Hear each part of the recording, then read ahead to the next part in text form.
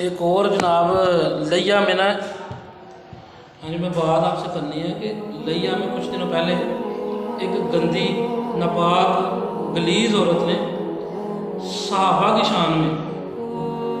گستاخی کی ہے، بکواس بکا ہے، اپنے گندے پن کا مظاہرہ کیا ہے اور یہ ثابت کیا ہے کہ وہ حرام کی پیداوار ہے، کیونکہ جو حرام کا نطفہ ہے نا وہ بولتا ہے کہ میں حرام ہوں، اور صحابہ پر ان کی شان پر بھونکنے کی کوشش کرتا ہے۔ ان لوگوں کی مثال وہی ہے کہ آسمان کی طرف تھونکتے ہیں اور خود اپنے ہی منہ پر آ پڑتا ہے، خود گندے ہوتے ہیں۔ یہ ایک مخصوص طبقہ ہے، جب سے یہ سوشل میڈیا کا زمانہ آیا نا تو یہ عام ہو گیا۔ یہ لوگ جو ہیں وہ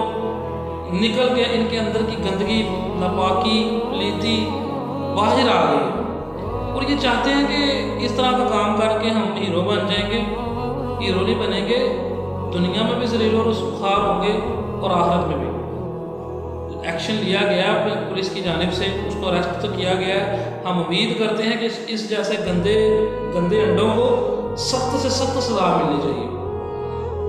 اہل بیت کی شان میں کوئی گستاخی کرے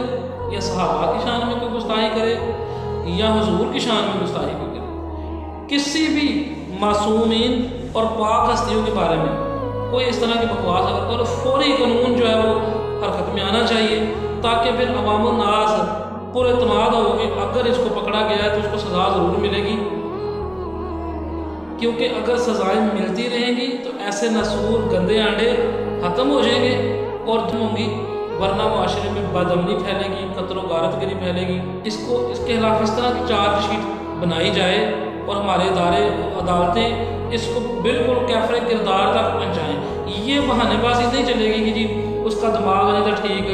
یا یہ نہیں ہوگا، بالکل ہوش حواس میں اس نے بکواس کی ہے، اور اس طرح اور بھی کوئی اگر کرتا ہے تو ان کے خلاف سخت ایکشن ہو، تاکہ آئندہ اس طرح کا گندا کام کرنے کی جرت بھی نہ کر سکے۔